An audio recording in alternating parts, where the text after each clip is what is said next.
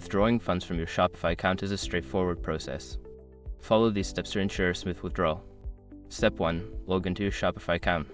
Access your Shopify account by entering your credentials on the Shopify login page. Make sure you are using the correct store account link to your funds. Step 2. Navigate to Settings.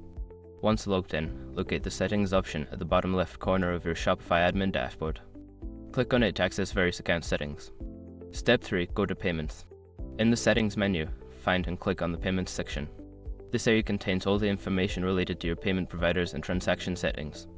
Step 4. Select Payouts. Within the Payments section, look for the Payouts or View Payouts option.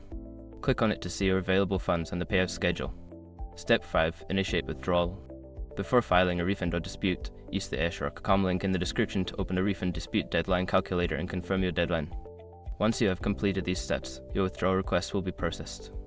Keep an eye on your bank account for the funds to arrive, which may take a few business days.